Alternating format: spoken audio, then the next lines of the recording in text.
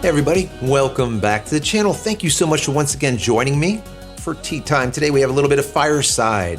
That smokiness of the lap song, guys. So good, so good. Hope you're joining me with your cup of tea, maybe a cup of coffee this morning. Today is going to be a SpaceX Starlink 5-month review, the good and the bad. I'm going to give you all of the positives and negatives to help you decide if Starlink is something for you or should you be looking elsewhere.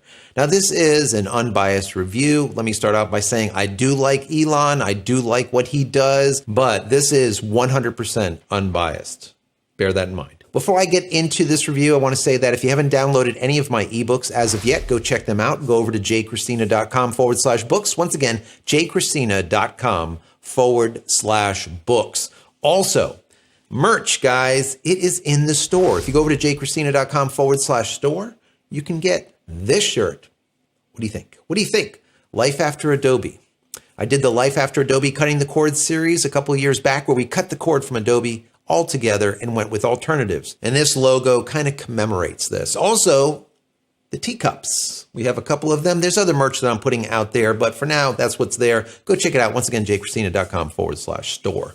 Let me start out with the backstory of Starlink and how we got it and how long did it take and the price and whatnot, because I think that this is important too. A lot of people want to know. How much does it cost? How long does it take? What does it all involve? Let me say that a lot of you have been asking me for a review and I'm doing it. Now, I didn't do it right away. It is now 5 months into it because I knew there was going to be some tough spots, some bad points and some good points. And I'm going to give you the average of them so that you have all of this information. Bear in mind, my experience with Starlink would be probably different than yours. So take everything that I'm saying with a grain of salt. Now, on February 23rd, 2021, I put in my deposit for $99. At that time, I was on the waiting list. Then on November 20th, I received an email. And in this email, it said, hey, Starlink customer. I'm like, wow, that's me. You are approved and your dish is ready to be shipped out to you. That's all you have to do is send us the balance, the remaining balance of the entirety of the kit. How much is that? It was $488.73. I immediately jumped onto the Starlink website and sent in that $488.73. And I was happy to do it, guys. Remember, this is 9 months that I was on the waiting list. On November 20th, I was thinking to myself, well, I'm just going to use the mount that came with my old Dish Network setup. I'll just use that mount, put this on the top, and I'll call it a day. Yeah, I'll have to do a little jerry-rigging, but that's all right. I'm MacGyver. I can figure something out with some zip ties and, I don't know, maybe a welder. So I was thinking about it. And I said, I don't want to do that. I don't want to cheese out with this thing. It's only like $45 for the actual mount. And the Starlink stuff is really quite good. So I said, I'm going to go ahead and order the mount. Now, I wasn't able to order the mount on the 20th. Why? Because the order didn't ship to me yet. And that is one of the problems that I have with Starlink. They do not allow you to buy any of the accessories until the actual kit is sent to you. And I think that's a problem. They need to fix that. But anyways, I ordered that mount. And at the same time, on the 22nd, I ordered the Ethernet adapter. Thank God I did. Now, I'm so glad that I ended up ordering that mount. And I would suggest you guys do the same thing. Get a mount and get the Ethernet adapter. The mount is like $40 or $50 and the Ethernet adapter is probably like $20. Buy them. You will thank me later, I promise you. A lot of people in the comment area below all of my videos, they have thanked me. So trust me, you will thank me. Speaking about those videos, if you want to get any more coverage about Starlink, I did an entire playlist just for Starlink. So if you go over to the channel and search through the playlist, you'll see a Starlink playlist. Go there and you'll see a whole bunch of helpful how-tos, tricks, tips, all that kind of stuff. So go check that out. So now on December 5th, I got a bill for my $99. That's when it all started. So I started paying $99 a month in December 5th, before I even had the mount, before I had the Ethernet adapter. And I said, you know what? It's okay. I'll go ahead and set this up on the roof with 3 sandbags. I did it. And just have this as a temporary setup so that I can still use it. And now only use the Wi-Fi because that's all that was available. Once again, Generation 2 does not have an auxiliary port or an Ethernet port out of the back of the router, so there's nothing else that you can do. So I ended up being able to test it throughout December.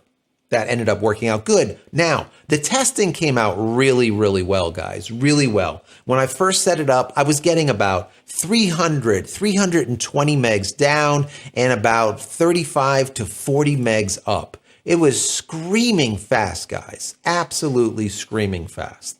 That's how it started. That's the story, all right? And now, once again, we are in it now about 5 months.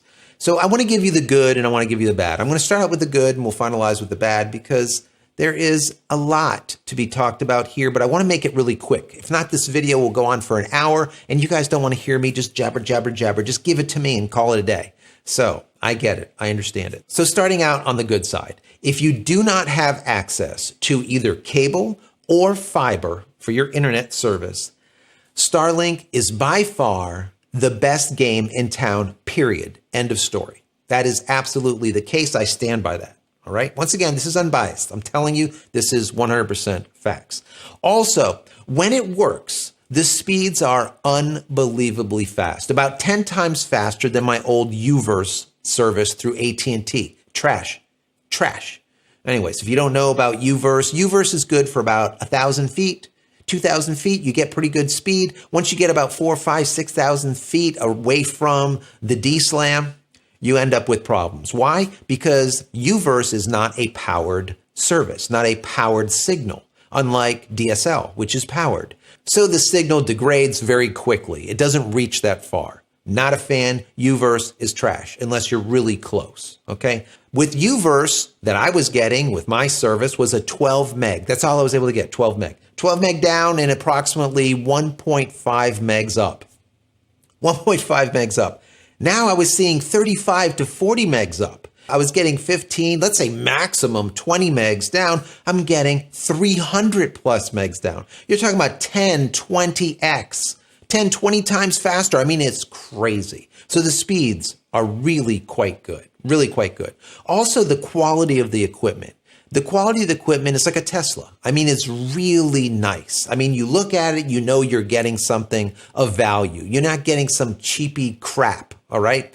And that's one of the reasons why I was thankful that I bought that mount. The mount is awesome. Why? Because instead of drilling it in and welding it and zip tying and all this stuff, there's one button. You push the button and I could pull the whole thing off. So if I need to take it off like a hurricane was coming, I could stow it away in the garage and we're all good. Literally in 2 seconds instead of having to reinvent the wheel and throw a grinder up there to pull it off. You don't need to do that. Buy, once again, what I say? Buy the mount. It is worth it. Also, what is really good is the Wi-Fi connectivity with it is quite good. It is not bad. That's one of the reasons why in a past video, go check them out. I did a video, I was talking about mesh networks and changing out your routers and all this kind of stuff. And I said that if you were going to get another router to replace the Starlink router, buy a good one or don't bother because the router itself is quite good.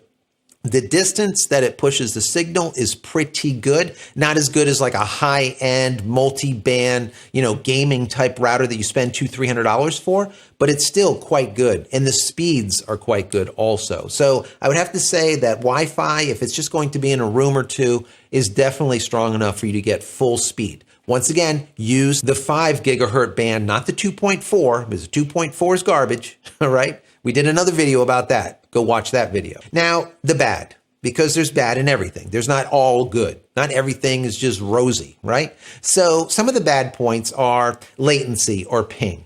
Now, currently, I'm getting about 30 to 40 milliseconds ping, which is not bad. That is not bad. But if you were trying to play a first-person shooter, for example, you might end up having a little bit of problems, okay? Because the lag of, let's say, 30, 40 milliseconds, you're probably going to get shot sometimes. You're not even going to know that you got shot. Now, is general online gaming okay? Absolutely. Can you play first-person shooters? Yes, I did a whole video about playing games on Starlink. Watch that video. And I give you some tricks and tips on how to do it and get the most out of that gaming experience using Starlink. Now, the next issue is reliability. Bear in mind, there's about 2,000 satellites up there right now, and Elon is looking at 30, 40,000 in the not so distant future. So for 2,000 satellites, it's pretty damn reliable. The problem is you do get these outages 2-second outages, 10-second, 15-second. Maximum I've seen is probably about 45-second outages. Now, these outages come up when you look at your app as a network error or a no signal or something.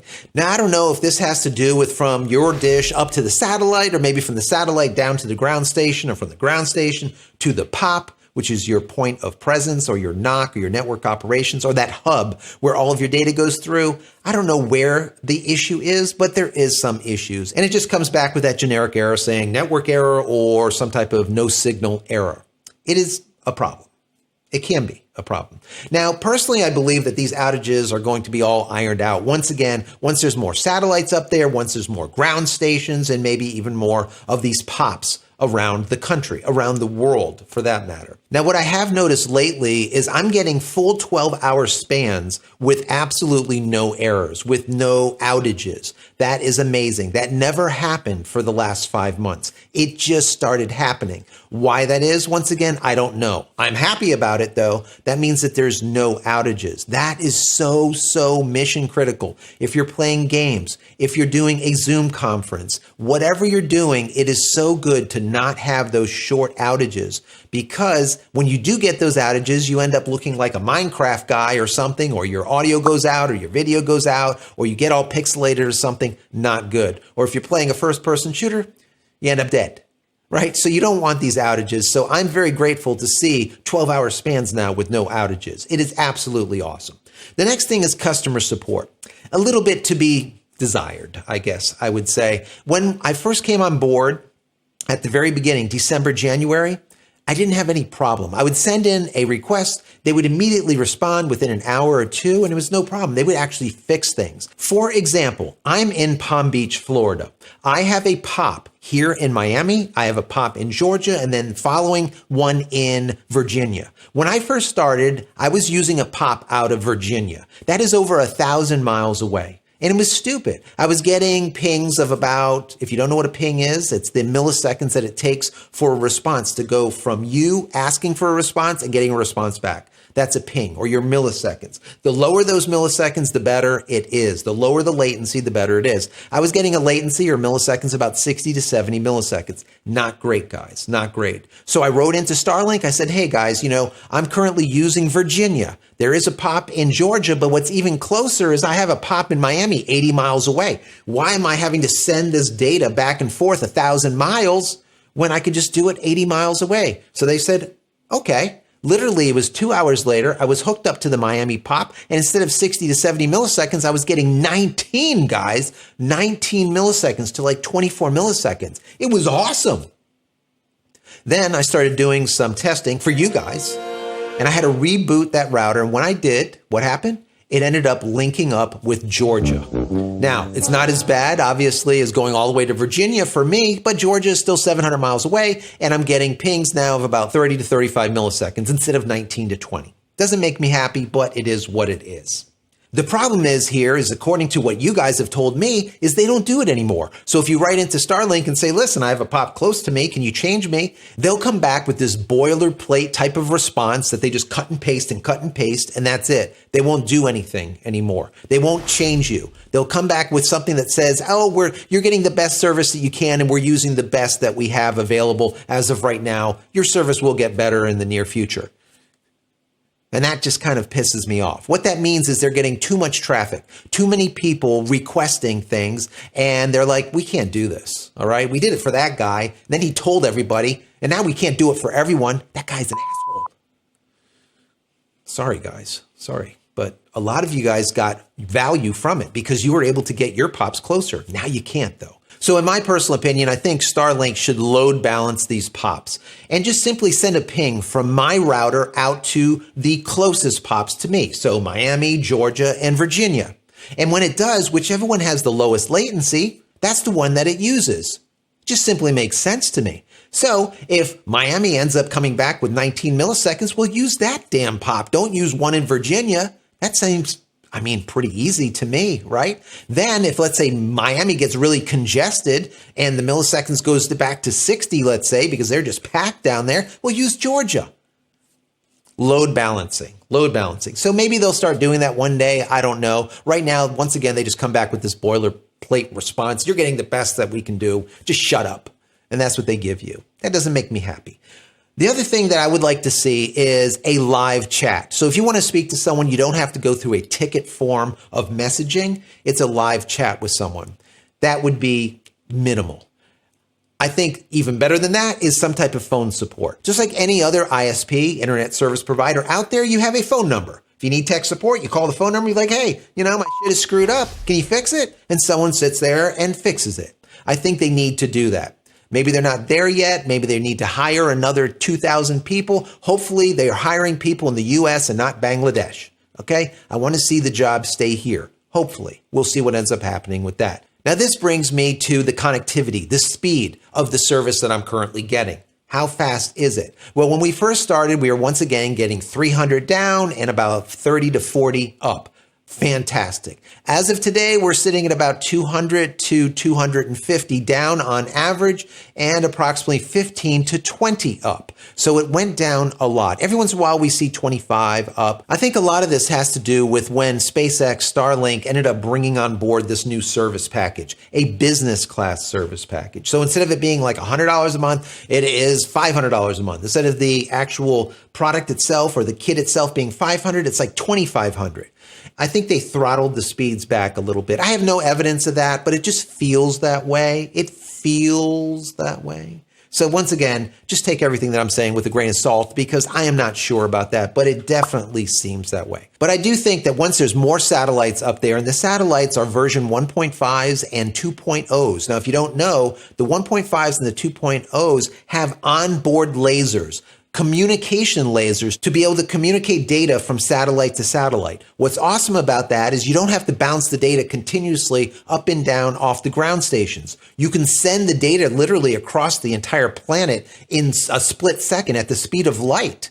Right? So that's very, very powerful. So I do believe once we see the version 1.5s and the 2.0s up there in masses, I think we're going to end up getting lower latency. We're going to get better reliability. That inter-satellite laser communication, I think, is going to be massive. It's going to be really big. And I think there's going to be less downtime also. So when you see those network outages and stuff, you're probably not going to see that anymore because it's going to be faster. There's going to be more satellites up there. And the satellites themselves are going to be able to onboard more customers per satellite. So they're going to be very powerful. And I think that the service is only going to get better and not worse over time.